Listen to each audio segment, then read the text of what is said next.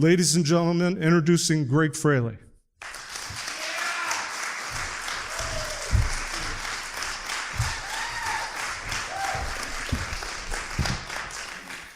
Well, thank you all for coming out here tonight to the Acorn for our storytelling event. I want to tell a story about my first job. And I was 11 years old, and I wanted to be a caddy. Now, who's seen the film Caddyshack? Show of hands. Everybody's seen Caddyshack. Caddyshack is a pretty, kind of racy film, isn't it? But let me tell you, the truth of it is the Caddyshack I went to made the Caddyshack from the movies look like Cinderella compared to 50 Shades of Grey. I'm just saying, because teenage boys, and that's, at the time, that was all who could caddy, were all competing, it seemed like, to see who could cuss the most prolifically and who could be the most disgusting and who could pick on the bee caddies the most. So it was a tough scene at the Caddyshack, I'm telling you. And so I'm 11, I'm an altar boy. I go to St. Mary's High School, St. Mary's grade school, and it's, I hadn't even reached puberty yet. I'm 5'2", 90 pounds maybe, soaking wet, and I'm there to caddy, and all these older boys basically are shock and awing me with the F word and the MF word and words I'd never heard before and haven't heard since. I mean, you know what MF means, right? I'm not going to go into detail, but like they were saying FF, and they were repeating it multiple times in order to emphasize things. I mean, it was a disgusting place. From the outside, at the Cincinnati Country Club is the poshest country club in Cincinnati. It's a waspy kind of place. To get in there, you had to have old money for, 3 centuries. So it was a really nice club, and they wouldn't even allow golf carts. You had to have a caddy. So anyway, inside the Caddyshack, which looked like this English Tudor village, very, very charming little hut, if you will, inside it was this den of iniquity. It was completely disgusting. Let me explain. So the ping pong room. The ping pong room was about 20 by 20, just big enough to have an actual ping pong table, which was about 50 years old, and it was all chopped up from people either rubbing up against it or hitting it with the paddles. And it seemed like when caddies got angry in the ping pong room about losing a point or a game, they would take the handle of the ping pong paddle and pop the wall with it. So they pop all these holes in the plaster. Now this is what I'm about to tell you is disgusting, but I'm going to try to do it without saying anything actually blue. So if someone in the 6th grade hears this, they won't actually hear anything it's going to be disgusting. Never mind. But I'll give it a shot. So all those holes I just talked about of the paddles, I don't know if it was the testosterone or what, but it brought out the artistic side of some of my fellow caddies. So, they would use those holes as kind of 3-dimensional centerpieces in figurative art. And it was very educational for me because I'd never seen some of those parts of people's bodies before. And it got collaborative too, because a guy would start it out and would have one particular member of the club featured, and then they would attach, other members, and sort of, point them towards each other and so forth. So imagine, if you will, the graffiti of maybe 20, 30 years, all in pencil in this sort of dark, gloomy ping pong room. And I'm an altar boy coming in there for the first time. I thought I'd met this Satan. Anyway, the king of the caddies was a boy named Ames. And Ames was maybe 16 or 17 years old, but going on 42. Because this guy had seen the world. He had done things that only us other caddies could only have imagined, or at least he put on that he did. And so AMS was very intimidating. So I think one of the first days I was there, I was playing basketball with a couple of other little B caddies, and he took the ball away from us and he said, "Get off the court. A caddies and honor caddies go first." He just yelled at me, and it was like, okay, we said, "Okay, Mr. AMS." Off we went. So as luck would have it, AMS and I went out on a loop together. That's what they call a tour of the club, a tour of the golf course. 18 holes is called a loop. So he didn't want me to go with him because, I was a B caddy. I didn't know what I was doing. And as it turns out, he was right not to want to go with me because I didn't know what I was doing as a caddy.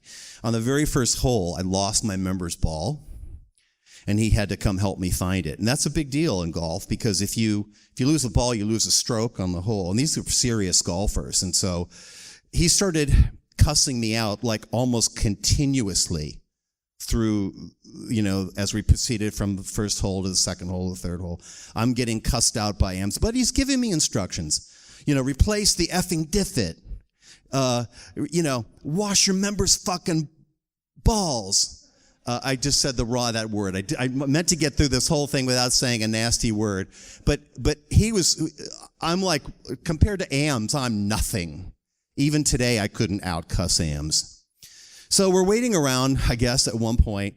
And, AMS was actually kind of a smelly guy.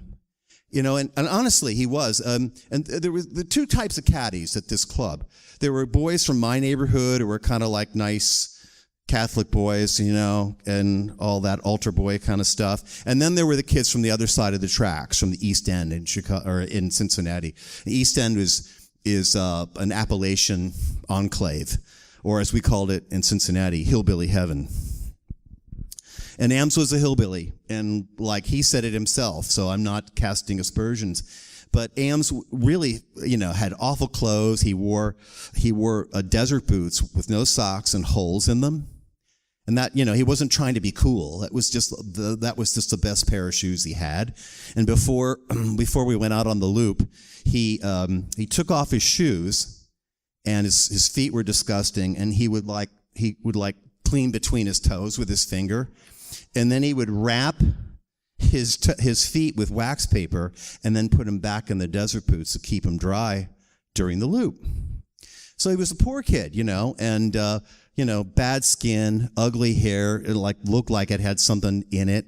And at one point I asked him, I said, "What happened to your hair?" And he almost killed me. He said, "Well, I was eating at the Y last night and my girlfriend gave me a beardo." I said, "Eating at the Y? What? He said, "Never mind." But a girl, I was kissing a girl, and she poured beer all over my head. I haven't been home to take a shower, so you're smelling the beardo. Then he'd light a cigarette and just grin at me. "You want a beardo, B caddy?" That was AMS. And so anyway, we're going through the round, and he's actually helping me a little bit, and we're getting along okay. And my member, my golfer, hit a ball way off to the right and off in the rough. So we go over there, and it's, I can't find it again. It's bad. And the member kind of looks around, and he drops the ball out of his pocket, which is against the rules.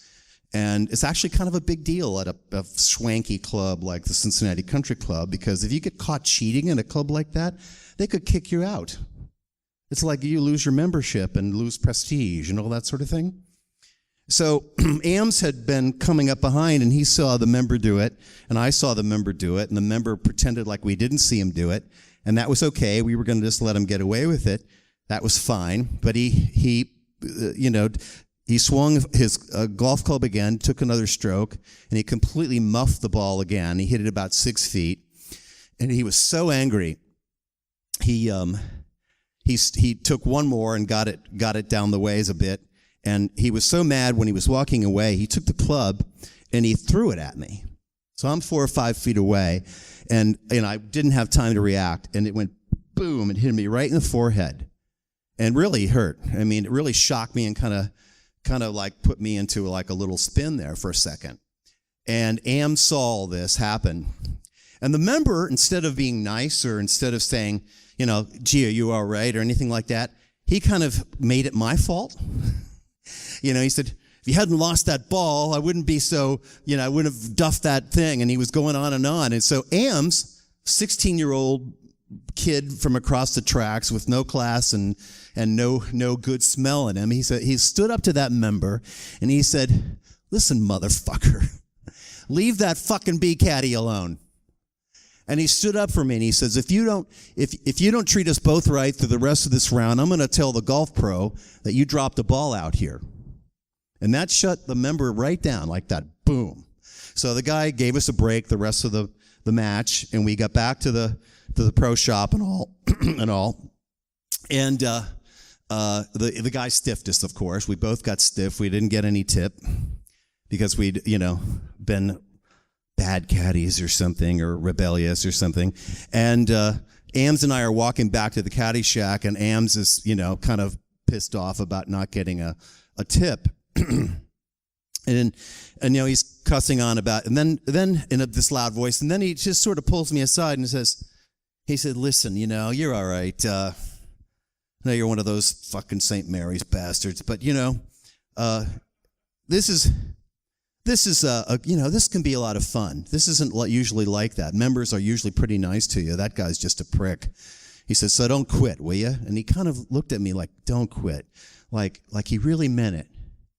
And I just got sort of saw through all the anger and the weird smells and the holy desert boots and all that. And I sort of saw just a regular guy.